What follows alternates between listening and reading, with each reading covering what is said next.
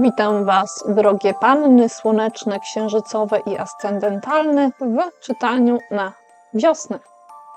Nazywam się Izabela Kiełbowska i zapraszam Was do słuchania, oglądania, polubiania, subskrypcji, dzielenia się treścią. Tak? I teraz zacznę od kart ziołowych. Mamy dwie karty ziołowe, na które trzeba by było zwrócić uwagę. Mamy odwróconą pokrzywę i odwróconą kamelię. W tym miejscu czuję, że to nie jest najważniejsze, że to ma być koniecznie kamelia. Chodzi o różne takie napary, trochę jak ten tutaj z grubsza. Zielona, biała, herbata i inne takie. Tarot podpowiada, że różne takie napary można pić, tylko żeby nie przesadzać, nie za dużo. I szczególnie jeśli chodzi o pokrzywę, żeby nie przesadzać z pokrzywą już w pewnych granicach, tak? Nawet trzeba by się nad tym chwilę zastanowić. Jak macie jakieś wątpliwości, to ze swoim lekarzem to ustalcie, może warto. No, zioła też są substancjami, znaczy zawierają substancje, które wpływają na organizm, więc zastanówcie się, czy to dla waszego organizmu w danym momencie jest najlepsze i najlepiej skonsultujcie się z kim trzeba. Ja nie jestem lekarzem, ale luźna podpowiedź od tarota. Na co zwrócić uwagę, może o czym poczytać, może o jakichś naparach, może tym razem o przeciwwskazaniach, tak, żeby był właściwy umiar, bo tu jest odwrócony na równowagę, odwrócony umiar, żeby nie przesadzić za bardzo. Tak? No, przesadzić można w każdą stronę, może być czegoś za mało i na przykład idziemy w post i pościmy strasznie długo i może nam to zaszkodzić, a czasem to może nam dobrze zrobić i tak dalej. Tak? A może być tak, że napijemy się tylu różnych ziół, potem to się wszystko wymiesza i też równowagi nie będzie. Także skonsultujcie się, jeśli trzeba. Tak jak mówię, taka luźna podpowiedź tarota to do mnie przychodzi. Moi drodzy. Także jedna myśl będzie wam w głowie krążyła. I ona wam się może wbijać jakoś do głowy. Możecie czuć się sterowani. Tylko kto wami steruje? Ktoś, kto jest do was podobny. Czy macie tu z tyłu głowy kogoś, kto wami steruje? Każe wam się czegoś trzymać. Czy jest to fizycznie osoba? Czy są to jakieś wasze sprawy podświadome, które nie chcą was puścić, które ograniczają wam ruchy tylko do kilku? A moglibyście mieć taką swobodę ruchu, gdybyście nie byli tak ograniczeni. Coś wam każe pozostać w danym miejscu, które jest niewielkie i wydaje się, że to, co robicie tutaj, ma jakiś charakter przedstawienia. To przytrzymanie się tej materii będzie miało miejsce wiosną. To może być przejściowy stan, który będzie znaczący i będzie potrzebna refleksja nad tym, co mnie tu trzyma, tak? Kto mnie tu trzyma? Czy chcę tańczyć, jak mi zagrają, czy chcę iść gdzieś indziej? Może chcecie na razie tu być. Może ten taniec wam na razie odpowiada. Może wystarczy wam to, że wykonujecie takie ruchy, jakie wam są przyzwolone, jakie możecie, jakie ktoś wam wskazał. Bo to jest tak, że właściwie samodzielnie, jak ktoś przytrzymuje mocno ten sznur, to nie bardzo możecie nawet ruszyć samodzielnie ręką. Wasza możliwość poruszania się jest zależna od czegoś albo od kogoś. Od kogoś lub od czegoś, co jest nadrzędne i jest z tyłu głowy. Czy to jest przełożony, czy to jest instytucja, tu intuicja gdzieś mi się chciała cisnąć. Posłuchajcie swojej intuicji, co do was teraz przychodzi, co wam się teraz kojarzy, jaka jest wasza myśl.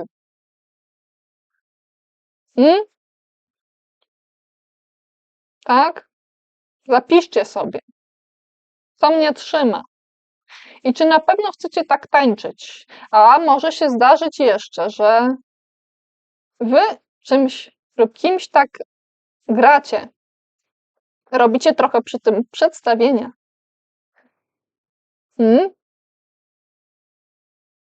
Trochę przedstawienia. Ale nie jest karta odwrócona, więc może na razie jeszcze tego nie macie co puszczać. I może wam to sprzyja, może macie jakieś na przykład ćwiczenia dzięki temu ruchowi. Ktoś wam wskazuje, jak macie się poruszać i faktycznie możecie na przykład nabudować sobie dosłownie tkankę mięśniową, bo po prostu wykonujecie ćwiczenia, które ktoś wam zalecił i robicie. Jesteście trochę jak marionetka w jakimś momencie, bo musicie się tego trzymać, ale macie z tego jakieś profity, więc to jest taki temat, który jest do zastanowienia się i warto, żebyście mieli tego świadomość, że jesteście ograniczeni, ale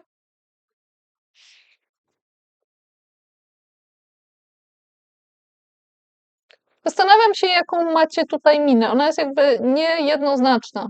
Także może macie trochę niejednoznaczny stosunek do tej sytuacji. Tak jakby nie jesteście pewni, na ile wam to odpowiada, na ile nie. Ale jesteście w tym. Ta myśl gdzieś wam siedzi w głowie, gdzieś kogoś uderza do głowy ta myśl,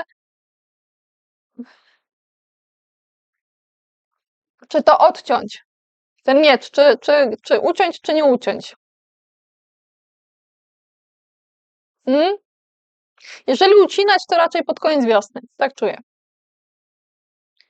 Najpierw trzeba by było tę myśl obrócić, bo na razie to niewiele wspiera. Tak?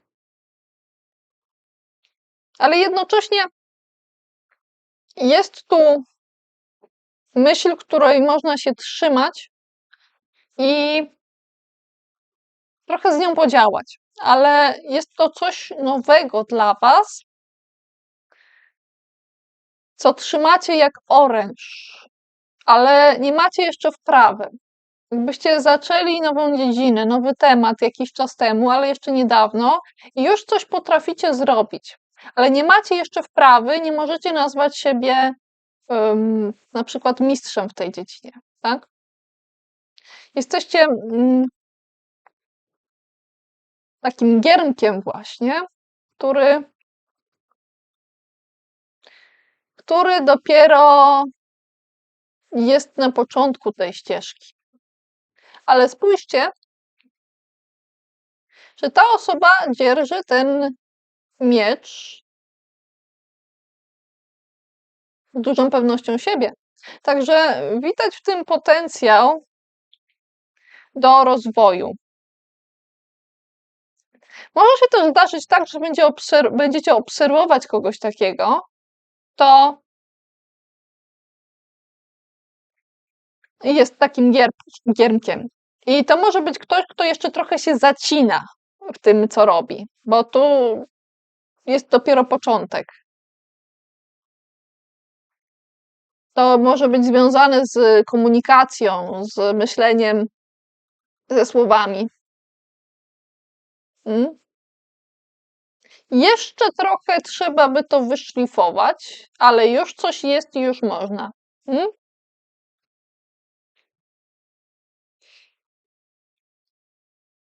W przeciwieństwie do tej osoby, która faktycznie się tu rozwija, mamy postać osoby, która zdaje się działać tylko, żeby działać i to nawet bez większego zaangażowania, bez większej chęci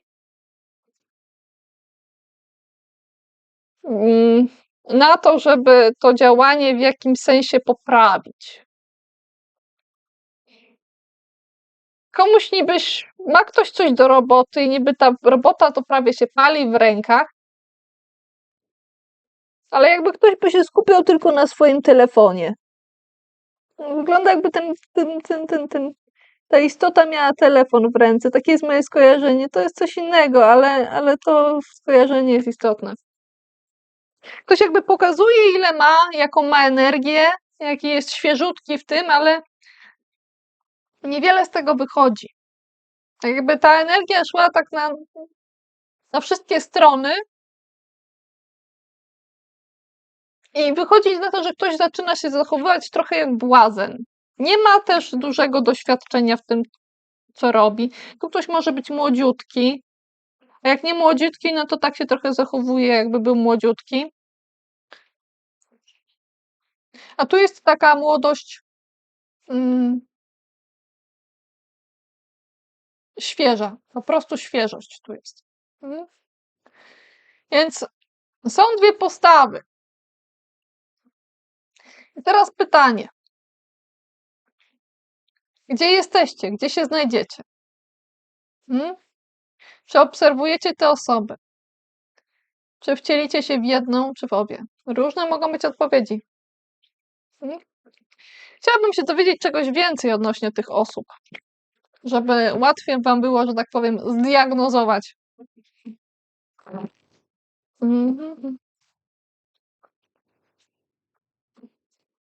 Trochę więcej odnośnie.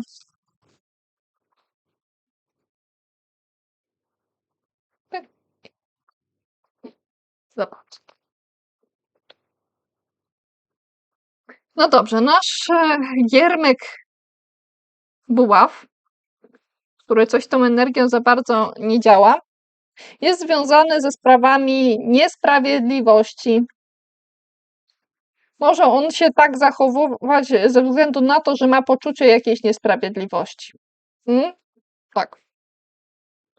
A nasz rycerz mieczy tęskni do jakiejś nostalgicznej sytuacji.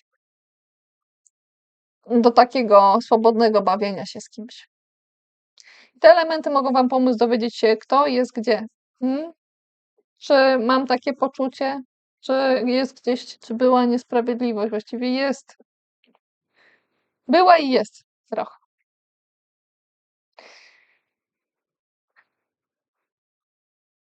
Ta postać jest blisko tego, kto daje sobą trochę manipulować. Ale na razie nie jest to jakieś szkodliwe, szczególnie. A tuż obok mamy znów, znaczy nie wiem czy znów, ale tak, znów. Ponownie mamy jakiś rodzaj zagubienia. To mi do mnie przychodzi, że to już było. Jakby nie było wiadomo, jak patrzeć, na co patrzeć. Takie może być odczucie, że wykręcacie sobie oczy już tak, jak się da, ale nie możecie zobaczyć tego, co chcecie, bo jest mrok.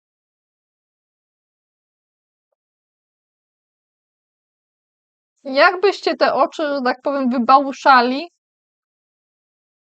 czyli tak w ogóle można powiedzieć, to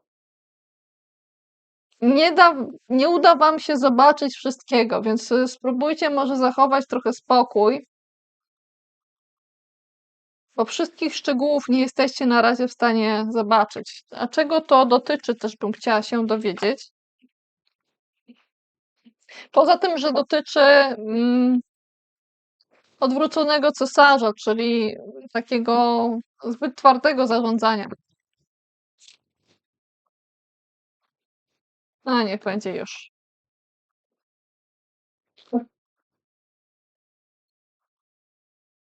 Odwrócona piątka buław. O, w tej piątce buław były. To dotyczy jakichś kłótni, które były nadmiernie, może jeszcze są. Niby wyglądało wszystko dobrze, ładnie i pięknie, ale naprawdę było darcie kotów. Także jakich kłótni nie mogliście dostrzec? Czego nie mogliście zobaczyć w tych kłótniach? Hmm? I teraz ktoś jest nad tym zagubieniem na drodze i próbuje tym zarządzać, ale tak jak mówiłam, to jest za mocne. Ktoś może nie wiedzieć, jak zarządzać i używać siły nie tak, jak trzeba, bo siła może się przydać przy wbijaniu gwoździa młotkiem, ale w innych sytuacjach ten młotek jest zbędny, mówiąc delikatnie. Hmm? Bo to, co może robić cesarz, to może przybić. I on może używać tego młotka w jakimś sensie, jeszcze zaostrzonego, do tego, kto tu jest w tym poruszaniu. Jakby tu była hierarchia, ktoś wyżej, znowu ktoś niżej, jeszcze ktoś niżej, tak? Moje drogie panny, ogólna rada dla was w całej tej sytuacji. O, coś tu nie ma co mieszać za długo, tak czuję. Że na pewno nie mieszajcie za bardzo w tym wszystkim.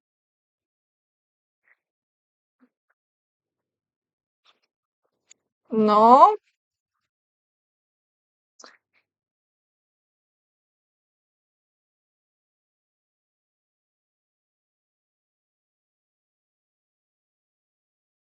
zastanówcie się spokojnie, czy czegoś nie trzeba by było tutaj zburzyć. Nawet jak to będzie jak grom z jasnego nieba albo gniew Boży, który, że trzeba coś gdzieś zgłosić. Hmm? Może trzeba czemuś położyć kres.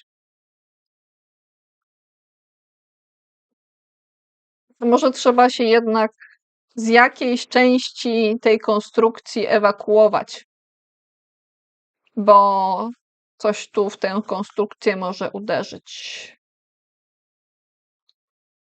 I przygotujcie się na to, że możecie się troszeczkę poobijać przy tym. Także do mnie przychodzi to jeszcze, że trzeba by było jakby się nauczyć upadać. Jakbyście ćwiczyli na przykład jakieś sztuki walki, to byście się na początku nauczyli upadać. Jak upadać, żeby nie zrobić sobie krzywdy, tak? Bo nie zawsze wygrywamy. Hmm?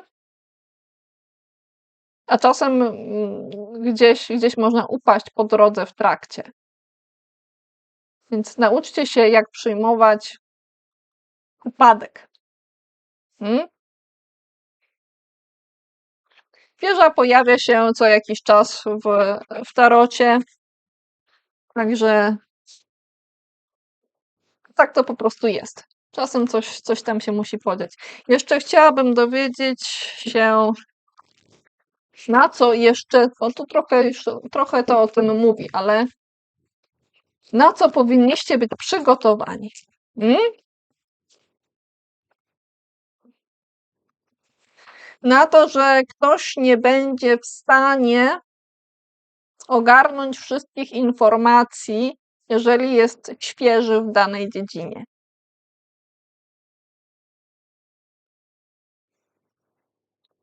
Na to bądźcie przygotowani.